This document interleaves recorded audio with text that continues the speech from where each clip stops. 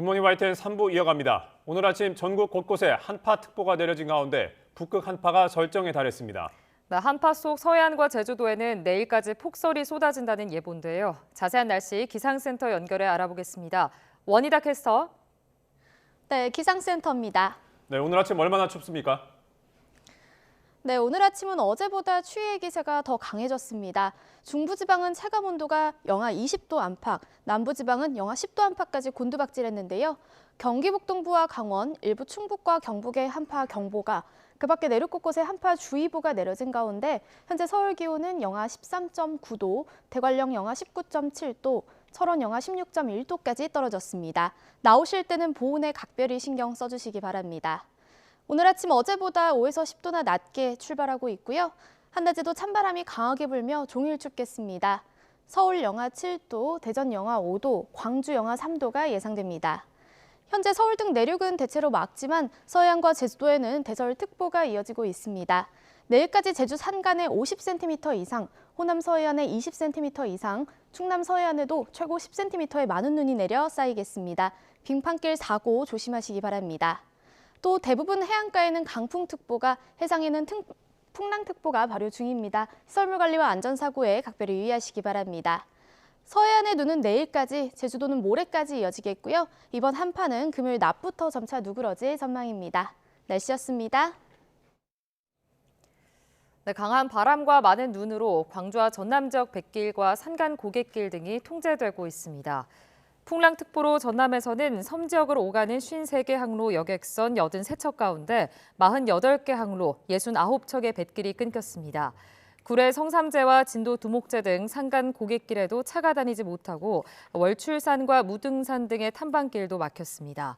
비상 1단계 근무에 들어간 전라남도는 130개 노선에서 눈을 치우고 취약계층을 위해 7,400여 곳의 한파 쉼터를 운영하고 있습니다. 국민의힘 한동훈 비상대책위원장이 대통령실의 사퇴 요구를 기정사실로 하면서 이를 거절했다고 공개적으로 밝혔습니다. 당정 갈등 요인으로 김건희 여사 리스크가 거론되는데 국민의힘 내에서도 의견이 엇갈리면서 내홍 조짐이 일고 있습니다. 이종원 기자입니다. 한동훈 비상대책위원장이 사실상 마이웨이를 천명한 당일 친윤 핵심인 이철규 의원은 김건희 여사의 명품 가방 논란을 거듭 공작으로 규정했습니다. 우려하시는 분들의 입장도 존중하지만은 이 실체는 몰래 카메라를 가지고 들어가서 불순한 목적으로 이 공작을 하려다가 실패한 거다. 이거 이상도 이하도 아닙니다. 피해자인 김 여사에게 사과를 요구하는 건 받아들일 수 없다며 한 위원장의 생각과 결이 다르다는 점을 분명히 한 겁니다.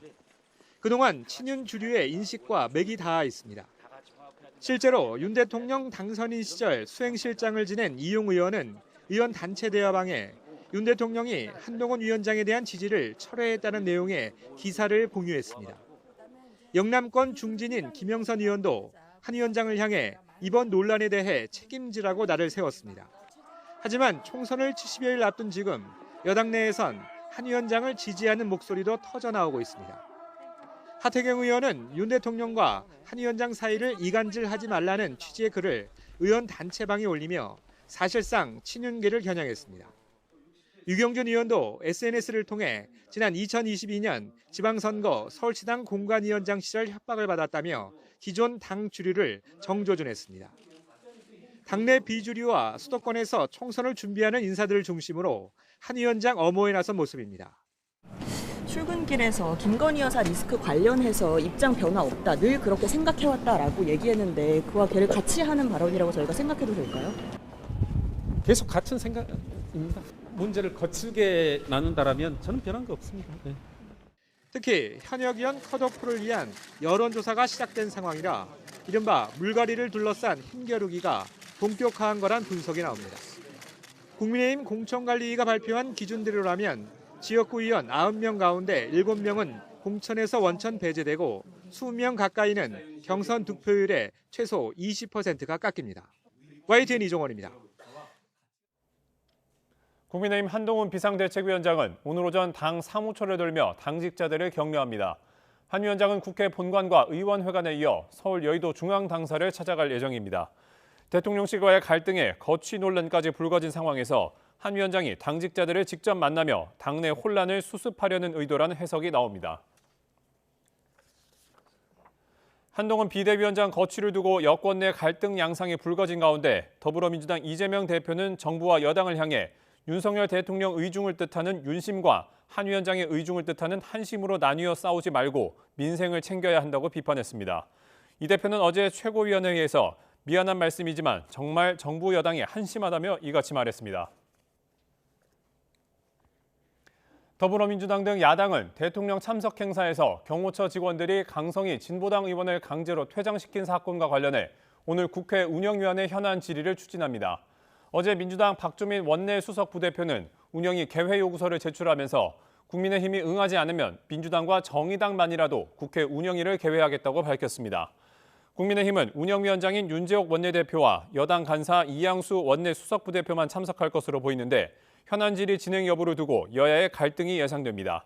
어제 민주당과 정의당, 기본소득당, 진보당 등 야4당은 이번 사건의 진상규명을 위한 국회 운영위 소집과 함께 윤석열 대통령의 사과, 김용현 경호처장 파면 등을 촉구하기로 합의했습니다. 지난 18일 여당인 국민의힘이 윤석열 대통령에게 이태원 참사 특별법 거부권 행사를 건의한 데 대해 유족들의 반발이 계속되고 있습니다. 유가족 측은 이태원 참사에서 숨진 159명을 기리고 특별법을 즉각 공포해야 한다며 어제 오후부터 지금까지 15,900배의 절을 이어가고 있습니다. 현장에 있는 취재 기자 연결합니다. 윤태인 기자. 네, 서울광장에 나와 있습니다. 네, 오늘 한파가 절정입니다. 유족들의 15,900배 절 현장, 현재 분위기 어떻습니까? 네, 해도 뜨지 않은 이른 새벽부터 이미 몇 사람이 시청 앞 분향소에 나와 절을 하고 있습니다. 체감 기온이 영하 20도에 달하는 매서운 추위에도 아랑곳하지 않고 종소리에 맞춰 영정을 향해 무릎을 꿇고 바닥에 머리를 숙이고 있습니다.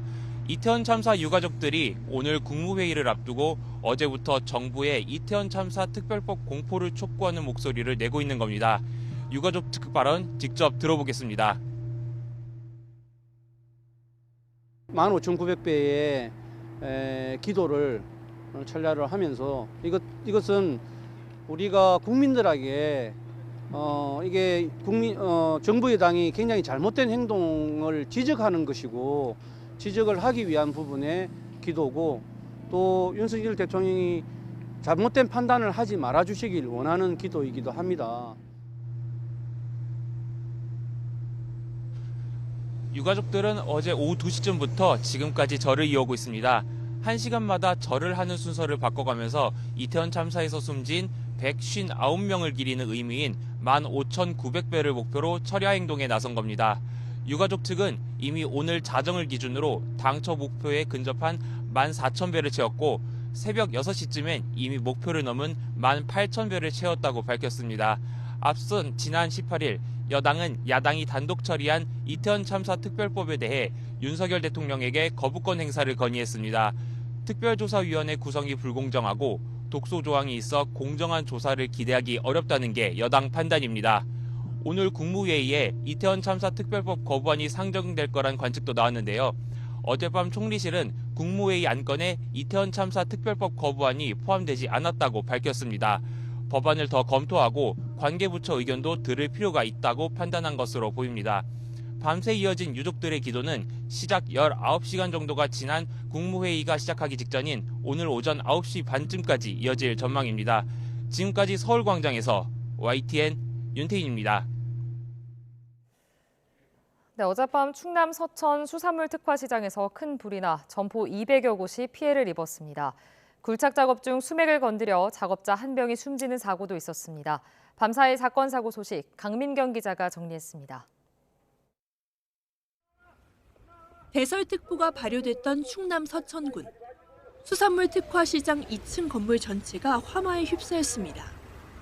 불이 난 건 어젯밤 11시 10분쯤. 화재 시스템 자동 신고가 접수됐습니다. 소방은 한때 인근 소방서 인력과 장비를 모두 동원하는 대응 2단계를 발령했습니다. 건물이 워낙 크고요. 전체적으로 다 붙어 있어서 그래서 발령한 거예요. 발화 2시간 만에 큰 불길은 잡혔습니다. 현재까지 확인된 인명피해는 없지만 수산물과 잡화 점포 200여 곳이 불에 탔습니다. 소방당국은 날이 밝는 대로 정확한 피해 규모와 화재 원인을 조사할 방침입니다. 광산 갱도 바닥에 물이 흥건히 고여 있습니다. 어제 오후 6시 40분쯤 광산 굴착 작업 중 갱도에 물이 쏟아져 근로자 1명이 숨졌습니다. 채굴 작업 중 수맥을 건든 것으로 보입니다. 교통사고도 잇따랐습니다. 승용차와 SUV 등 차량 4대가 잇따라 부딪혔는데 앞서가다 넘어진 오토바이를 피하려다가 사고가 난 것으로 경찰은 추정했습니다. 경부고속도로 안성나들목 근처에선 신차 2대를 실어 나르던 운반차에서 갑자기 불이 났습니다. 다행히 인명피해는 없었습니다. 인천 서구 검암 이지구에선 800여 세대의 전력 공급이 끊겼다가 1시간 만에 복구됐습니다. 한전은 전력을 받은 수전 설비에 문제가 생긴 것으로 파악했습니다. YTN 강민경입니다. 서울 신림동 등산로에서 처음 보는 여성을 무차별 폭행하고 살해한 혐의를 받는 최윤종이 1심에서 무기징역을 선고받았습니다. 재판부는 최윤종이 피해자와 유족에게 돌이킬 수 없는 피해를 줬다면서도 불우한 가정 환경과 정신질환 등을 고려했다고 밝혔습니다. 김다현 기자가 전해드립니다. 지난해 8월 최윤종은 서울 신림동 등산로에서 처음 본 여성을 성폭행할 목적으로 철제 너클을 낀 채 무차별 폭행하고 목을 졸랐습니다. 피해 여성은 의식이 없는 상태로 병원으로 옮겨졌지만 끝내 숨졌습니다. 범행 왜 저질렀습니까? 우발적으로 저질렀다고요? 저도 모르죠. 1심 재판부는 최윤종을 사회에서 영구히 격리해야 한다며 무기징역을 선고했습니다. 재판부는 최윤종이 범행 전 무기징역이나 고의 등 여러 키워드를 검색하며 범행을 치밀하게 계획했다고 판단했습니다. 또 저항도 못하는 피해자의 목을 압박해 사망에 이르게 하고 피해자를 비탈길로 옮겨 범행을 은폐하려 했다고 질타했습니다. 앞서 검찰이 결심 공판에서 사형을 선고해달라고 요청한 데 대해서는 불우한 가정 환경과 정신질환 등을 고려해 생명 자체를 박탈하기보다 피해자와 유족에게 사죄하고 잘못을 참여할 시간을 갖게 해야 한다고 밝혔습니다. 또 가석방을 엄격히 제한해야 한다면서도 현행법상 완전히 막을 수 없는 점을 감안해 위치 추적 전자장치 30년 부착을 명령했습니다. 최윤종은 이번에도 볼에 바람을 넣거나 삐딱한 자세로 앉는 등 반성하는 태도를 보이지 않았고 무기징역 선고를 듣고도 무덤덤한 표정이었습니다. 재판 직후 유가족들은 너무나 아쉬운 결과라며 모방범죄가 우려된다고 호소했습니다. 제일 두려운 거는 이제 누가 이제 이 사건 보고 또 누가 따라 할까봐 좀 그게 제일 이거 보고 뭐 모방했다 이런 일이 생길까 그게 제일 좀 걱정이 됩니다. 또 최윤종이 유가족에게 단 한 번도 사과하지 않았다며 다시는 이런 사건이 벌어져선 안 된다고 강조했습니다. YTN 김다현입니다. 이른바 검은도 간첩단이란 누명을 쓰고 억울한 옥살이를 했다가 재심에서 무죄를 선고받은 일가족이 뒤늦게 형사보상금을 받게 됐습니다. 피해자 측은 환영한다면서도 국가가 아직도 잘못을 인정하지 않고 있다고 비판했습니다. 김철희 기자가 단독 보도합니다. 지난 1977년 전남 거문도에 살던 일가족 5명은 간첩활동을 돕고 입북을 모의했다는 이유로 유죄 판결을 받고 오진옥살이를 해야 했습니다. 무기징역을 선고받은 뒤 감옥에서 암을 얻은 가장은 마지막 순간 형 집행이 정지됐지만 결국 누명을 벗지 못하고 세상을 떠났습니다. 이후 남겨진 가족들이 법원에 재심을 청구했는데 2022년 9월 사법부는 처음부터 이들에게 죄가 없었다며 무죄를 선고했습니다. 첫 유죄 판결 직후 대통령이 10번 바뀌었을 만큼 긴 시간이 흐른 뒤였습니다. 재심 재판부는 유죄 증거로 쓰인 자백 등이 수사기관의 불법 구금과 가혹행위에 의한 거라고 판단했습니다. 판결을 낭독한 재판장은 직접 국가폭력에 고통당하고 희생당하신 분들께 사법부 구성원으로서 사죄한다며 고개를 숙였습니다. 법원은 이어 위법한 구금으로 가족들이 받은 피해도 국가가 보상해야 한다고 결정했습니다. 이로써 어린 나이에 수년 동안 옥살이했던 막내딸을 비롯해 남겨진 가족 14명은 모두 합쳐 27억 원을 배상받게 됐습니다. 무려 46년 만에 첫 보상이 이뤄졌지만 피해자 측은 아직도 남은 숙제가 많다고 강조했습니다. 특히 형사 재판에서 무죄를 받았음에도 손해배상 소송에선 국가가 여전히 강압 수사가 있었다는 걸 증명하라며 책임을 떠넘기고 있다는 겁니다. 민사로 가면은 아무 기관도 자기들이 불법행위를 인정을 하질 않는다는 거예요. 그때 너를 뭐 고문한 걸 다 네가 입증을 해봐라. 뭐 우리는 아무것도 인정 못한다. 거문도 간첩단 사건 피해자들의 국가 상대 손해배상 소송 다음 기일은 오는 3월 6일에 진행됩니다. YTN 김철입니다. 정부가 최근 대법원 판결 취지에 맞게 연장 근로를 한 주 단위로 계산하도록 기준을 바꿨습니다. 한 주의 근로시간을 통틀어 40시간을 넘으면 연장 근로로 보는 건데 노동계는 근로자의 건강권을 침해받게 될 거라며 반발하고 있습니다. 김평정 기자입니다. 대법원은 지난달 근로기준법상 연장 근로시간을 주 40시간을 초과하는 시간으로 봐야 한다고 판결했습니다. 정부는 이를 반영해 연장 근로에 대한 행정 해석을 변경했습니다. 이전에는 하루마다 8시간을 넘게 일하면 연장 근로로 봤지만 이제는 한 주를 통틀어 40시간을 초과한 시간으로 판단하는 것입니다. 예를 들어 하루에 13시간씩 주 3일 일하는 경우 기존에는 하루에 5시간씩 총 15시간 연장 근로로 계산돼 법정 한도인 12시간을 위반하게 되지만 새 기준으론 한 주 근무 시간이 39시간으로 법정 근로 시간인 40시간 이내여서 연장 근로를 하지 않은 것이 됩니다. 이렇게 되면 육체적 한계를 넘는 노동을 강요할 수 있다는 우려도 나옵니다. 노동계는 이틀 연속 21.5시간씩 일해도 주 52시간제 위법이 아니게 된다며 근로자의 건강권이 침해될 수 있다며 반발하고 있습니다. 법이 악용될 소지를 막기 위해서는 연속 휴식시간 보장 등 보완입법이 시급하다는 지적입니다. 이에 대해 정부는 노사정 사회적 대화를 통해 근로자의 건강권을 보호하면서 근로시간의 유연성을 높이는 방향으로 개선을 추진하겠다고 밝혔습니다. 연장 근로에 대해 통상임금의 50%를 가산하는 기준은 기존대로 하루 8시간을 초과하는 근무시간으로 그대로 유지됩니다. 이번 행정해석 변경은 현재 조사 중이거나 감독 중인 사건에 곧바로 적용될 예정이어서 노동계와의 마찰이 예상됩니다. YTN 김평정입니다.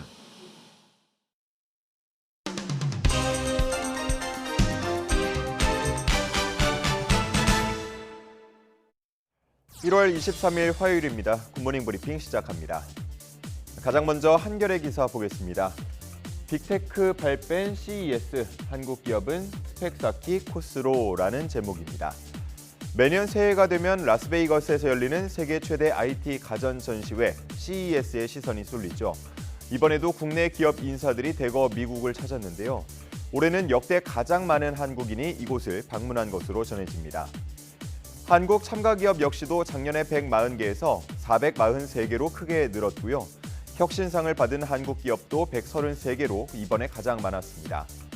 하지만 정작 해외 주요 언론들은 큰 관심을 갖지 않았다는데 오히려 CES는 여전히 유효한가라는 제목의 칼럼을 전하기도 했습니다. 또 국내에서도 참가를 하지 않으면 뒤처질 것 같다는 이른바 포모 증후군 때문에 이러한 경쟁적인 참여를 불러왔다고 비판하는 목소리가 나옵니다. 또한 참여 기업 가운데에는 국내 스타트업 진흥기관과 지자체의 지원을 받은 곳들도 많았는데요. 투자 성과를 보이기 위해서 이러한 CES의 혁신상을 활용하고 있다는 지적이 나옵니다. 그러면서 앞으로는 필요하다면 스타트업들이 자신들 돈으로 참가해야 한다는 의견도 나오고 있는데요. 기사에는 해외에 진출하고 싶은 스타트업 꿈나무들에게 찬물을 뿌리는 것 아니냐는 반박 의견도 함께 실려 있었습니다. 다음은 경향신문 기사 보겠습니다. 지금 사진을 보면 삼겹살 모습이 나와 있는데 자세히 보면 비계덩어리만 가득한 걸 볼 수 있습니다. 작년 3월 3일 일명 삼겹살 데이 당시 여러 대형마트에서 삼겹살 할인 행사를 벌였다가 이렇게 사진과 같은 비계덩어리 상품이 판매돼서 논란이 된 바 있습니다. 그런데 최근 들어서 또 이러한 비계덩어리 삼겹살이 대량 유통되면서 소비자들의 불만이 커지고 있습니다. 겉으로 보여지는 것들은 정상적인 삼겹살을 놓으면서 그 아래로 비계가 많은 것들을 깔아서 숨긴다는 지적인데요. 상품을 판매한 대형마트들은 난감하다는 반응을 보이고 있습니다. 무작위로 검수 작업을 거치고 있지만 입점 업체가 완제품으로 납품을 하고 있기 때문에 하나하나 품질을 다 확인하기는 어렵다는 겁니다. 반복되는 논란에 정부는 작년 10월 삼겹살 품질 관리 매뉴얼을 업계에 배포한 바 있는데요. 삼겹살은 1cm 이하, 오겹살은 1.5cm 이하로 지방을 제거하고 과지방 부위는 폐기할 것을 권고했습니다. 이러한 권고에도 문제가 반복되자 농림축산식품부는 다음 달 8일까지 축산물 가공 유통업체 10,000곳을 대상으로 품질관리 실태 특별점검에 들어간다고 밝힌 상태입니다. 다음은 동아일보 기사 보겠습니다. 작년 4월 정기기사, 산업기사 실기시험에서 한국산업인력공단 직원의 실수로 답안지 600여 장이 파쇄되는 사고가 있었습니다. 하루 15만 부에 달하는 답안지를 수작업으로 확인해야 하기 때문에 분실이나 파쇄 등 사고에 대한 우려를 지우기가 어려운데요. 한국산업인력공단은 500개에 육박하는 국가기술 자격시험과 30여 개의 국가전문 자격시험을 담당하고 있는데 한정된 인력과 예산으로 관리를 하다 보니까 출제와 채점, 오류, 시험 관리 등 논란이 끊이지 않고 있습니다. 정부는 이러한 문제를 근본적으로 해결하기 위해서 지필시험을 컴퓨터 기반 시험으로 바꾸기로 했습니다. 오는 2026년부터 단계적으로 전환되는데 단답형과 서술형 시험부터 순차적으로 도입될 전망입니다. 컴퓨터 기반의 시험이 도입되면 응시자가 직접 컴퓨터에서 답안을 수정할 수 있기 때문에 시험을 치르기도 또 관리하기도 편리해질 것으로 기대하고 있습니다. 또 정부는 시험 출제와 채점에 인공지능을 활용하기로 했는데요. 오류를 최소화하면서 시험의 신뢰도와 공정성을 높이는 방안을 마련할 것으로 보입니다. 마지막 조선일보 기사 보겠습니다. 이제는 반려동물 49제까지라는 제목 아래로 사진이 크게 실려 있습니다. 한 법당 벽에 걸린 반려동물들의 영정 사진을 볼 수 있는데요. 이제는 반려동물 장례식을 넘어서 49제까지 지내는 경우가 많다고 하는데 공양을 올리고 명복을 빌어주고 관련 물품을 불태우는 등 사람과 똑같은 절차로 진행됩니다. 2시간쯤 소요가 된다고 하고요. 비용도 100만 원 이상 들지만 2019년 최초로 세워진 이후 많은 사람들이 찾고 있다고 합니다.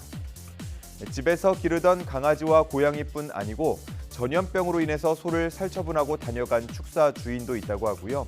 수십 년 전 잡아먹은 노루에게 미안하다며 법당을 찾은 경우도 있었습니다. 4가구 중 1가구꼴로 반려동물을 키우고 있는 것으로 분석되는 요즘 이렇게 반려동물이 자녀와 같은 대우를 받고 있는 것과 동시에 조상에게 제사를 지내는 사람은 갈수록 줄고 있는 것으로 나타났습니다. 이 기사에서는 젊은 세대가 과도하게 반려동물에 몰입하면 저출생의 한 원인이 될 수 있다는 우려도 함께 제기된다고 전하고 있었습니다. 1월 23일 아침 신문 살펴봤습니다. 지금까지 굿모닝 브리핑이었습니다.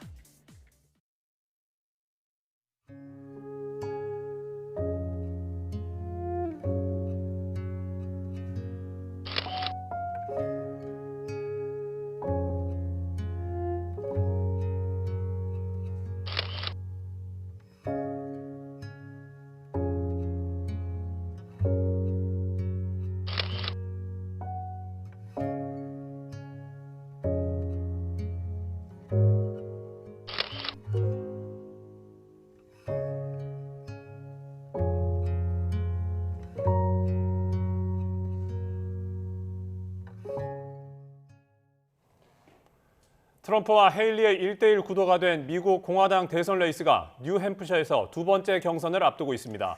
네, 이번에도 트럼프가 압승을 거둘 경우 승부에 쐐기를 박을 거란 전망이 나오는 가운데 헤일리는 반전의 발판을 마련하기 위해 총력전을 벌이고 있습니다. 워싱턴 권준기 특파원입니다. He was taken hostage, tortured and murdered by the government of North Korea. 니키 헤일리는 북한에 억류됐다 숨진 오토 원비어 어머니를 광고에 등장시키며 승부수를 걸었습니다. 북한 김정은과의 친분을 과시하는 트럼프를 우회적으로 비판한 겁니다. 유명 TV 프로그램의 주디 판사도 헤일리를 지지하며 힘을 실었습니다. Fool me once, shame on you. Fool me twice, shame on me. We've already seen what these two presidencies look like. 헤일리는 트럼프와 1대1 구도면 해볼 만하다며 두 번째 경선지인 뉴햄프셔에서 대반전을 예고했습니다. Can you hear that sound? That's the sound of a two-person race. 트럼프 전 대통령은 성추행에 이은 명예훼손 혐의로 뉴욕 법원에 출석했지만 배심원이 코로나 증상을 보여 재판이 연기됐습니다. 트럼프 측은 선거운동 방해라며 불만을 나타냈지만 뉴햄프셔에서 압승할 거란 자신감은 여전했습니다. 디샌티스까지 4명의 대선 주자가 자신을 지지하고 나섰다며 헤일리도 중도 사퇴할 것을 압박했습니다.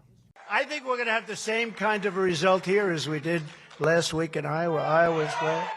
중도층 비중이 높은 뉴햄프셔에서는 헤일리의 추격세가 두드러지지만 여전히 평균치에선 두 자릿수 지지율 격차가 나고 있습니다. 다른 지역에선 대부분 트럼프가 30%포인트씩 앞서고 있어 이번 뉴햄프셔 경선에서 헤일리가 대반전을 이루지 못한다면 공화당 대선 경선이 일찍 싱겁게 끝날 거란 전망이 나오고 있습니다. 워싱턴에서 YTN 권준규입니다. 이스라엘군이 올해 들어 가장 맹렬하게 가자지구 남부를 공격했습니다. 최후의 보루인 병원까지 봉쇄하며 압박하고 있어 팔레스타인 사람들은 병원 안에 땅을 파서 시신을 묻고 있습니다. 신웅진 기자의 보도입니다. 현재 가자 지구에서 유일하게 민간인 접근이 가능한 최대 의료기관인 나세르 병원입니다. 부근으로 끝없는 폭격이 이어지고 사람들은 수레에 부상자를 싣고 급하게 달려옵니다. 밤낮 없는 이스라엘군의 공격 때문에 병원 밖으로 나가질 못해 시신을 그냥 마당에 매장하고 있습니다.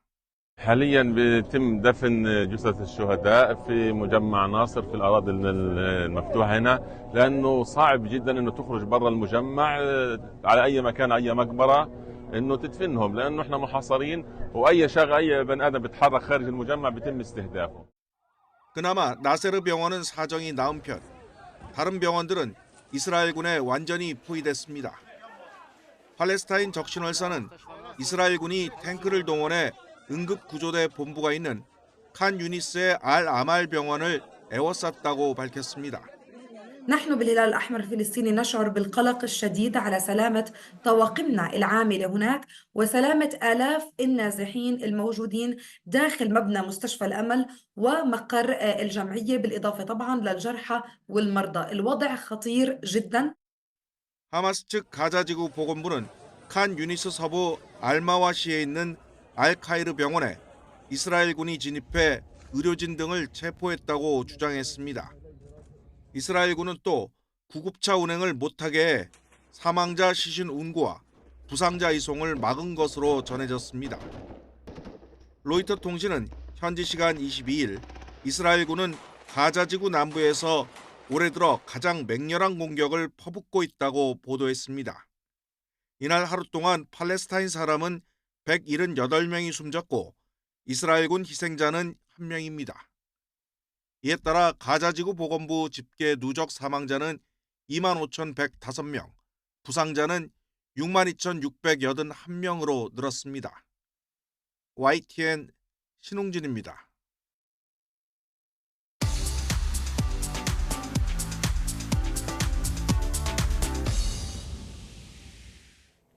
경제 소식을 빠르고 친절하게 전달해드립니다. 오늘 굿모닝 경제는 허준영 서강대학교 경제학부 교수와 함께합니다. 교수님 어서 오세요. 어서 오십시오.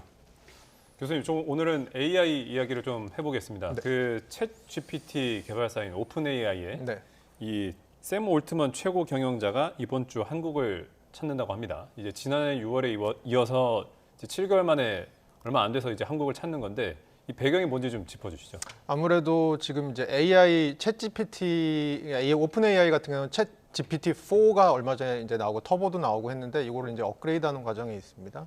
아주 많은 반도체들이 필요한데요. 이 반도체를 확보하기 위한 거다라고 생각을 하시면 될 것 같고요.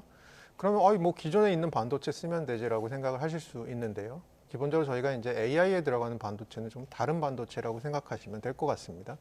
저희가 이제 옛날 컴퓨터에 쓰던 CPU 같은 게 있죠. 예. CPU라고 부르는 중앙 처리 장치 같은 경우는 직렬 연산입니다. A부터 G까지 쫙 순서대로 따라가는 연산에 강한 거고. 근데 이제 저희가 AI 같은 거 보시면 잘 아시겠지만 두 가지 기능을 합니다. 첫 번째로는 다양한 데이터, 아주 많은 데이터들을 학습하고 두 번째로 그 학습으로부터 추론을 합니다. 근데 이 학습을 하는 과정이 아주 많은 데이터들을 직렬로 보는 게 아니고 병렬로 저인 방식으로 쫙 훑어야 되는 거죠. 그러면 이제 조금 다른 반도체가 필요한 거고요. 기존에는 요거에 특화된 건 아니고 원래 게임 같은 거에 특화되었던 GPU라고 하는 그래픽 처리 장치라는 거를 요거는 이제 병렬 연산에 강한 거거든요. 그걸 썼었는데 요거는 또 추론 이런 쪽에 좀 약합니다. 물론 데이터를 학습하는 데는 좀 도움이 되지만요. 네. 그래서 이제 샘 알트만이 결국 하고 싶은 것은 이 AI 전용 반도체를 조금 설계부터 제조까지 다 하고 싶은 건데 이게 자금이 많이 들어가지 않습니까? 그래서 중동에 가서 예를 들어서 오일머니를 좀 끌어들여서 투자를 받고 그리고 우리나라 같은 경우는 대만의 TSMC나 삼성전자 같은 기업들이 잘 하는 게 저희가 보통 위탁 생산이라고 하는 파운드리를 잘하죠. 또 이런 데 와서 또 이 반도체를 조금 설계한 반도체들을 위탁 생산을 맡길 수 있는 곳들을 돌아다니고 있는 것 같습니다. 그 와중에 이제 삼성이나 SK 같은 우리나라의 반도체 강 기업들을 만나는 과정으로 보입니다. 그러니까 지난해 방한했을 때도 한국 반도체 기업들과 AI 칩 개발을 함께 하고 싶다 이렇게 좀 언급을 했잖아요. 이번에 만남이 성사되면 어떤 결과가 나올까요? 예, 그러니까 지금 뭐 말씀드린 대로 기본적으로 같이 좀 일을 하고 싶어 하는 것 같은데 협력하겠다. 네, 협력하고 싶어 하는 것 같은데 그 이유 중에 하나가 지금 아까 말씀드린 GPU 기반, 그래픽 처리 장치 기반한 AI용 반도체의 점유율의 전 세계 점유율의 한 90%를 엔비디아가 갖고 있습니다. 그렇죠. 그래서 이제 샘 올트만 같은 경우는 이게 좀 더 안정적인 확보를 위해서는 한쪽으로 편중된 구조보다는 이제 대체적인 어떤 생산처를 좀 발굴해야겠다. 그 중에 삼성이랑 SK가 중요한 협력적인 파트너가 될 수 있을 것 같다라는 생각으로 아마 오는 것 같고 작년에도 지금 앵커께서 말씀해주신 대로 한국 기업들이랑 좀 같이 일하고 싶다라는 의견을 피력한 바 있습니다. 자, 이 말씀해주신 것처럼 이 협력을 강화하는 차원의 움직임을 보이고 있는 건데 이 TSMC와도 며칠 전에 이제 협력하겠다 이렇게 밝혔거든요. 중동과도 접촉을 하고. 근데 이제 TSMC 같은 경우는 파운드리 있지 않습니까? 위탁 생산 업체. 그리고 이제 우리나라의 삼성전자나 SK 하이닉스 같은 경우는 특히 이제 메모리 반도체 분야의 강점이 있는데 이제 얼핏 들으면 이 두 분야에서 좀 차이가 있는 것 같은데 어떤 식으로 좀 협력을 할 수가 있을까요? 그러니까 우리나라 기업이 사실 TSMC 같은 기업보다 갖고 있는 조금 더 강점이라고 보면 이게 파운드리도 하고 동시에 메모리 반도체도 한다. 그래서 저희가 이것을 패키징 기술이라고 하는데 이 두 개를 서로 연결해서 반도체를 조금 고효율, 저비용으로 생산할 수 있는 그런 것들이 이제 패키징 기술이라고 하는데 아무래도 한국 기업들은 파운드리에 거의 이제 아주 전력 투구를 하고 있는 편중돼 있는 TSMC와는 좀 다르게 이런 패키징 기술을 이제 조금 더 갖고 있는 것으로 보인다. 그런 측면에서는 조금 더 이 샘 올트만의 오픈 AI에게도 좀 더 매력적인 부분이 있지 않을까. 결국은 이 반도체라고 하는 게 두 가지 관점인 것 같아요. 하나는 효율이 좋아야 되고 고성능이어야 되고 두 번째로는 이게 전력을 좀 적게 먹고 저전력으로 가야 되는 겁니다. 효율이 많이 나더라도 전력을 많이 먹게 되면 사실 굉장히 채산성이 떨어지게 되는 부분이 있거든요. 그런 측면에서는 이 패키징 기술이라는 게 요 고효율, 저전력을 어떤 반도체를 구현하는 데 있어서 굉장히 중요한 기술이라고 합니다. 그런 측면에서 우리나라 기업들이 가진 매력이 분명히 있지 않을까라고 생각을 하고 있고요. 다만 중장기적으로 봤을 때 이 샘 올트만이 계획하고 있는 것은 결국은 이 반도체를 자급하고 싶어하는 움직임이 좀 있다고 합니다. 그렇게 됐을 때는 이제 뭐 예를 들어서 오픈 AI가 자기들만의 파운드리를 구축하는 생태계를 구축하는 이런 일이 벌어지면 중장기적으로는 우리나라 파운드리나 메모리 반도체 업계들이랑 조금 경쟁 관계에 놓일 수는 있지만 이것이 사실은 굉장히 시간이 걸리는 일이기 때문에 단기적으로는 조금 더 협력적인 관계로 가지 않을까라고 생각하고 있습니다. 그러니까 이제 올트먼은 현재 지금 AI 반도체 시장을 좀 장악하고 있는 게 엔비디아잖아요. 엔비디아에 좀 대한 의존도를 낮추고 자체 AI 개발을 추진 중이다. 이런 지금 시각인데 그럼 우리나라의 AI 반도체 지금 현재 뭐 개발 상황이 어느 정도인가요? 우리나라 같은 경우는 사실 이제 SK 같은 데서 AI 반도체 개발에 이미 들어간 바 있고요. 그리고 뭐 우리나라에서는 SK가 들어가 있고 외국에서는 지금 아주 많은 기업들이 사실 여기에 지금 들어가 있습니다. 근데 저희가 이제 그 오픈 AI의 움직임을 AI 측면에서 AI 반도체 측면에서 좀 다른 곳이랑 좀 다르게 봐야 될 부분이 있는데 다른 빅테크 기업들 예를 들어서 아마존이나 알파벳, 구글 이런 데들은 주로 자기들이 원하는 종류의 반도체, AI 반도체를 설계하는 데 조금 초점을 맞추고 있습니다. 그런데 이제 오픈 AI 같은 경우는 제가 아까 잠깐 말씀드렸듯이 이거를 설계하는 것뿐만이 아니고 제조하는 것까지 다 하고 싶어 하기 때문에 이제 우리나라 기업들이 가진 강점이 들어갈 수 있을 것 같고요. 그 다음에 또 하나 제가 말씀드리고 싶은 것은 사실은 그 메타 같은 데서, 페이스북이죠. 메타 같은 데서 최근에 그 엔비디아의 GPU를 뭐 올해 110만 개 확보했다. 그래서 우리는 GPU 수급에 문제가 없다. 이런 식으로 기존에 있는 기업들의 GPU들을, 그러니까 엔비디아처럼 기존에 마켓 쉐어가 이미 높은 기업들의 GPU를 조금 더 확보하는데 중점을 두고 있다면 샘 얼트만은 조금 더 중장기적으로 안정적인 수급에 조금 더 관심을 갖고 있는 것 같다. 거기에 우리나라 기업들의 역할이 좀 있을 것 같다. 그렇게 말씀드릴 수 있을 것 같습니다.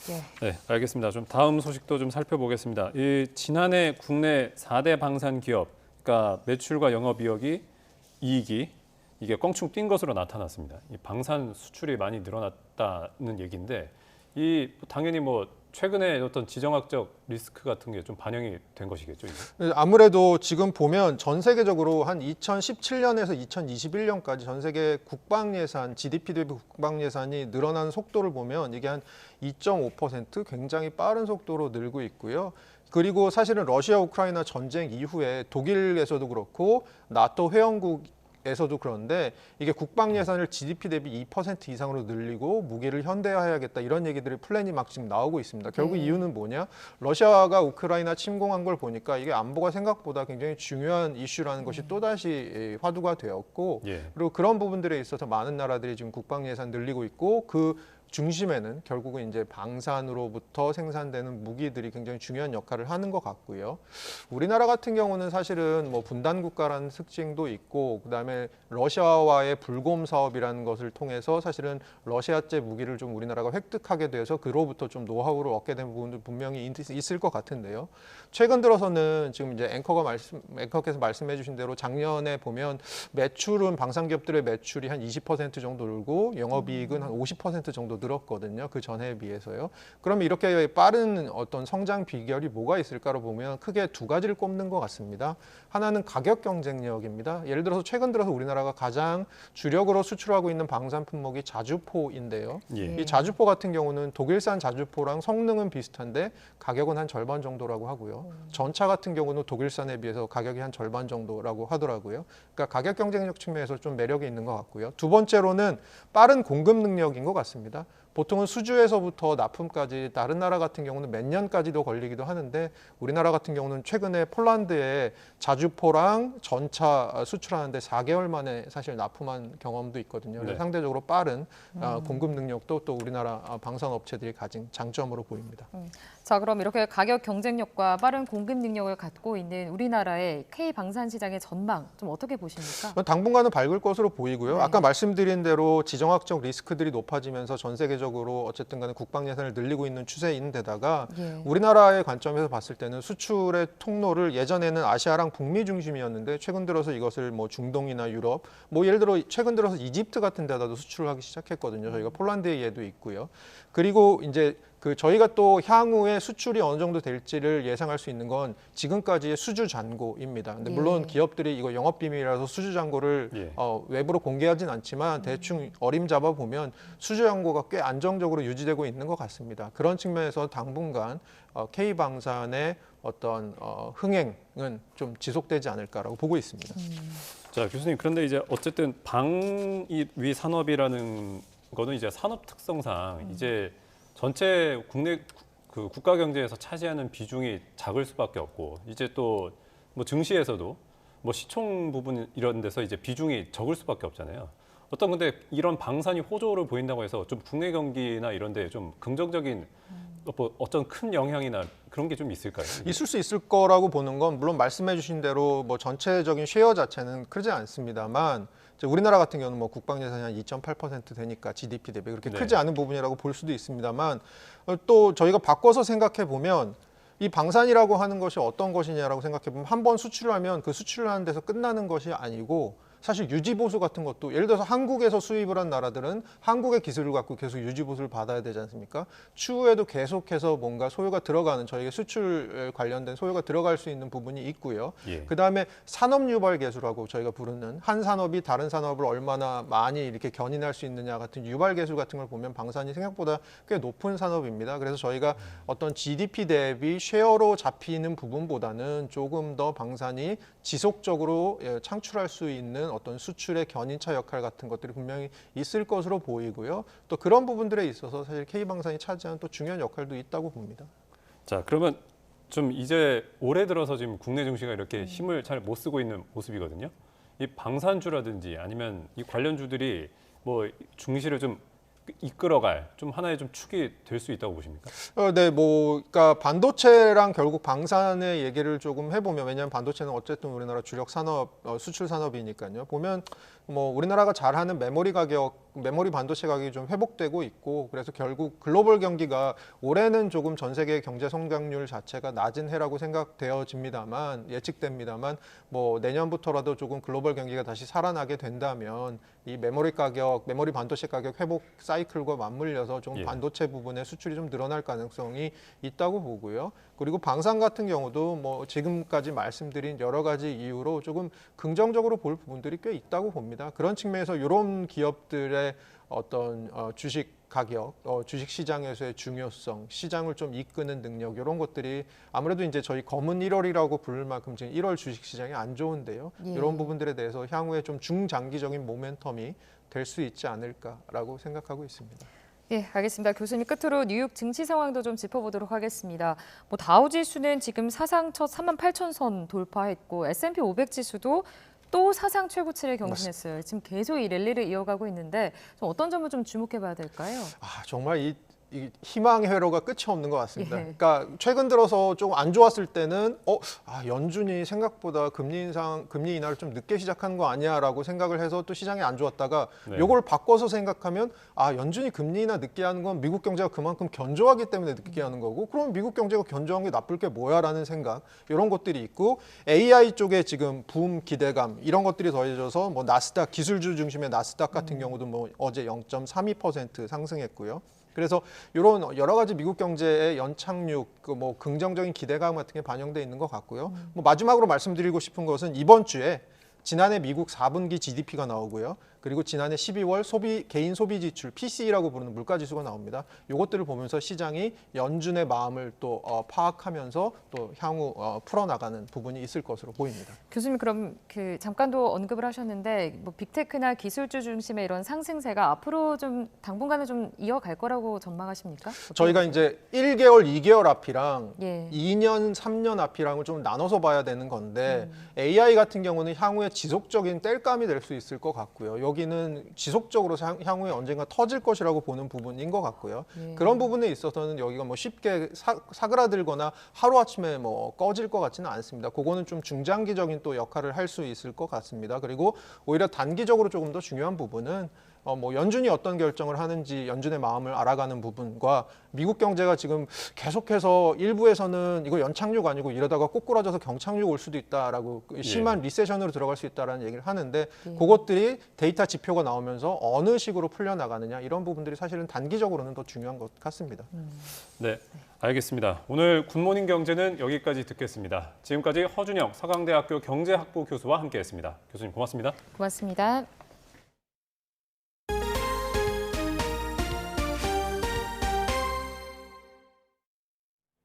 문재인 정부 당시 통계 조작 의혹을 수사하는 검찰이 김수현 전 청와대 정책실장을 소환했습니다.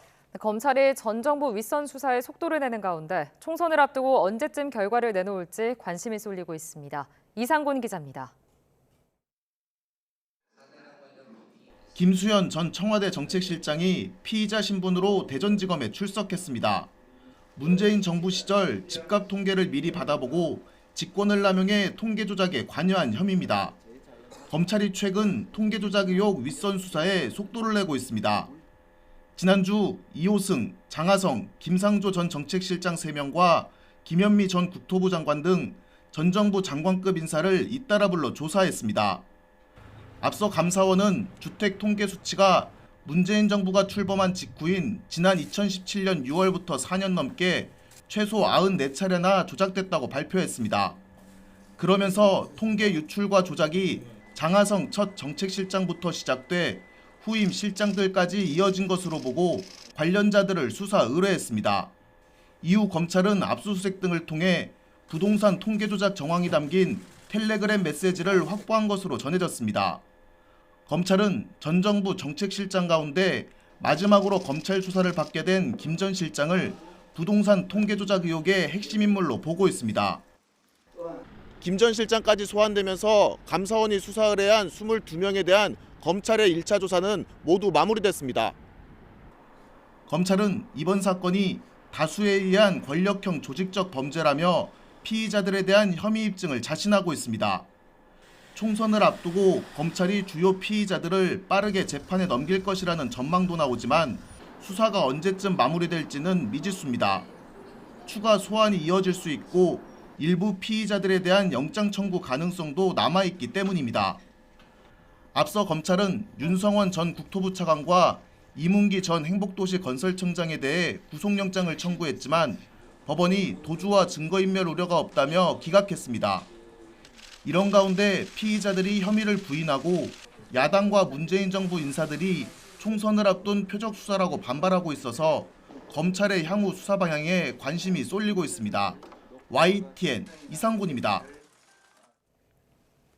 국민의힘 중앙윤리위원회는 발달장애인을 낳은 부모를 탓하는 듯한 발언으로 논란을 빚은 당 소속 오태원 부산 북구청장에 대한 징계 논의에 착수했습니다.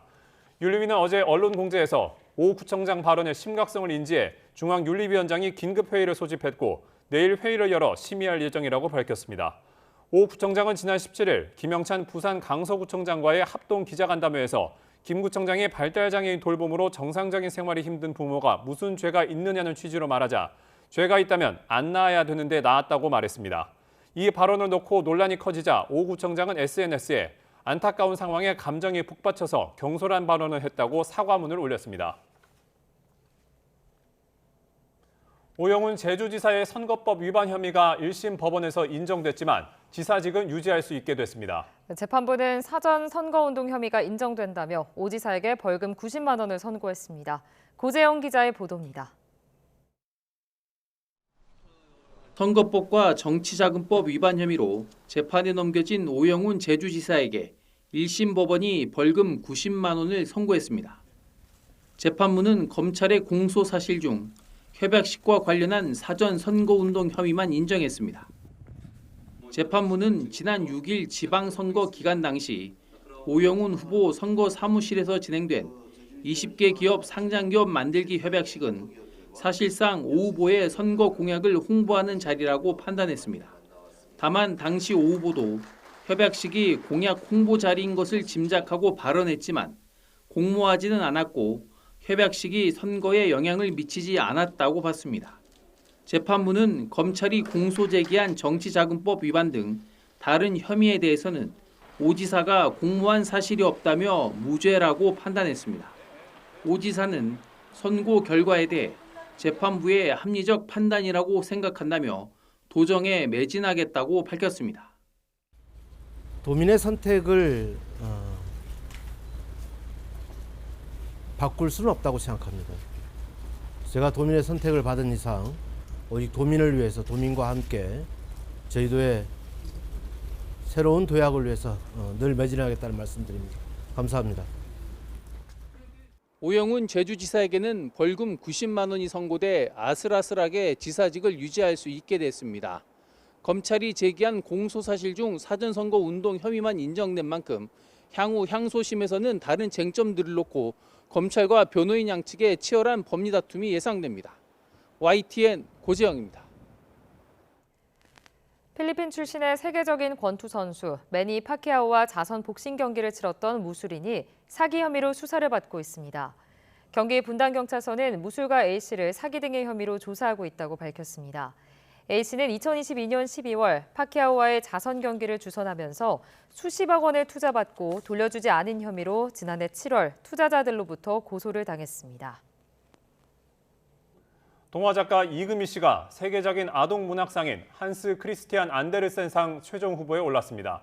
국제아동청소년도서협의회는 현지 시간 18일 브라질, 호주, 벨기에, 핀란드, 네덜란드의 작가들과 함께 우리나라의 이금희 작가를 2024 안데르센상 글부분 최종 후보로 선정해 발표했습니다.